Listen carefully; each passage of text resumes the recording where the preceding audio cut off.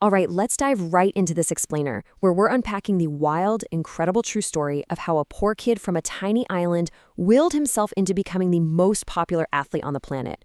I mean, long before the sold-out stadiums and millions of fans chanting his name, there was just a kid with a worn-out ball, undeniable talent, and a dream that honestly felt impossibly big. Today, we're breaking down those defining moments, the massive setbacks, and the legendary psychological drive that built an absolute icon. It's a pretty staggering contrast when you think about it. We're talking about a kid growing up on the Portuguese island of Madeira, in a home where money was so tight, his family literally couldn't afford to buy him new clothes or football boots. And today, he is a global superstar and the most recognizable sports figure in history. So how do you bridge a gap that wide? Well, it doesn't happen by accident, and it for sure doesn't happen on raw talent alone. The boy from Madeira. Humble beginnings. So born on February 5th, 1985, in Funchal, Cristiano's early life was really framed by severe financial struggle. His mom worked as a cook and a cleaner, and his dad, who battled alcohol addiction, was a gardener trying to support him and his 3 older siblings. But despite those incredibly heavy burdens at home, football was his escape.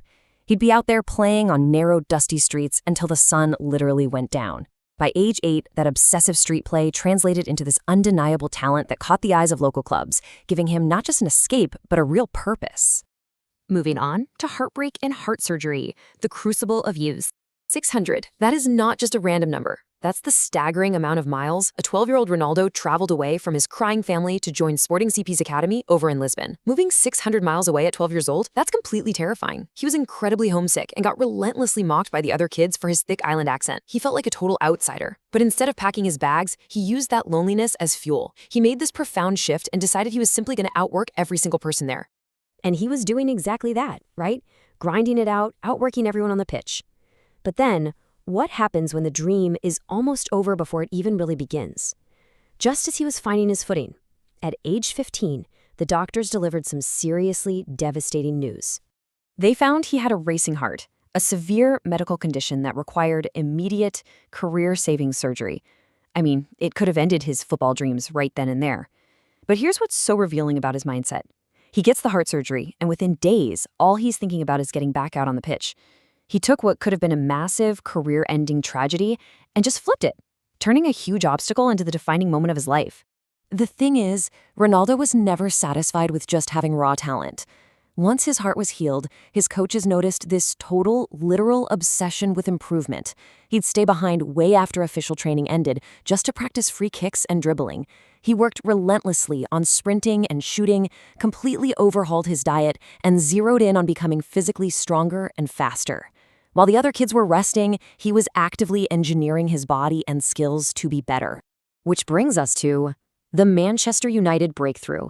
A superstar is discovered. All that crazy after-hours obsession paid off big time in 2003. Sporting CP was playing a friendly against Manchester United, and an 18-year-old Ronaldo put on such a dazzling clinic that he completely stunned the seasoned United players. Seriously, they were so blown away, they basically demanded their manager act, urging Sir Alex Ferguson to sign the young Portuguese winger immediately.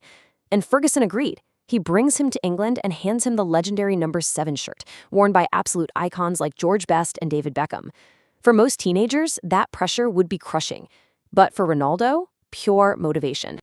Now, it wasn't all smooth sailing early on. He actually took a lot of heat for over-dribbling and not being decisive enough. But rather than letting the critics break him, he systematically adapted. Actually, scratch that, he evolved. He transformed his playstyle to be way faster, stronger, and incredibly clinical, breaking records season after season. That relentless adaptation peaked in 2008, when he won the Champions League and snagged his first Ballon d'Or as the undisputed best player in the world. Becoming a global icon, the pinnacle and evolution. Then comes 2009. Real Madrid signs him for what was then a world record fee. Stepping on an even bigger stage, you can imagine the unbelievable pressure. But he silenced any doubters emphatically, scoring goals almost every single week and becoming the club's all-time leading scorer. He won 4 Champions League titles there. And let's not forget his era-defining rivalry with Lionel Messi. It was like a giant game of one-upmanship that captivated the entire globe and pushed both of them to completely extraordinary heights. Now, when we mapped out his senior career timeline, it really shows this constant, unyielding hunger for new challenges. From sporting CP in '97, conquering England with United in 2003, dominating Spain with Madrid in 2009, to winning titles in Italy with Juventus in 2018. Then he makes an emotional return to Manchester in 2021, before ultimately taking on an entirely new frontier and massively boosting global football interest by joining Al Nassr in Saudi Arabia in 2023. Let's pivot to Portugal's greatest hero, national glory. For all his insane club success, carrying the hopes of an entire nation is a whole different ballgame. Portugal had historically struggled for years to win major international trophies, but in 2016, he finally helped lead them to their first major title at the European Championship and later added the Nations League trophy to the cabinet.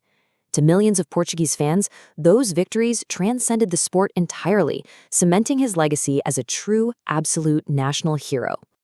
So, what is the secret sauce? The true secret to success. Legendary discipline. When you look at his status as a historic goal scorer and one of the most followed humans on the planet, you gotta ask why his story inspires so many. Well, the reality is, talent fades if you don't take care of it. His true secret is his legendary, unrelenting discipline. Teammates would arrive early for morning training only to find Ronaldo already there, covered in sweat. He paid strict, uncompromising attention to his nutrition, his recovery, his sleep, literally treating his body like a machine. He became the absolute perfect example of professionalism for younger players coming up. Which brings us to the core takeaway of this whole explainer. Your starting point does not determine your destination. That poor boy kicking a worn-out ball on a dusty street in Madeira didn't let poverty, homesickness, a heart condition, or intense public criticism dictate his incredible future. He proves that dreams become reality through daily sacrifice, courage, and a complete refusal to ever give up. So, I want to leave you with this question to chew on. How will you apply Ronaldo's lesson of daily discipline to your own life? Knowing that true greatness is earned just one day, one training session, and one challenge at a time. What challenge are you going to tackle today with that same relentless mindset? Think about it. Thanks for hanging out with me for this explainer, and I'll catch you on the next one.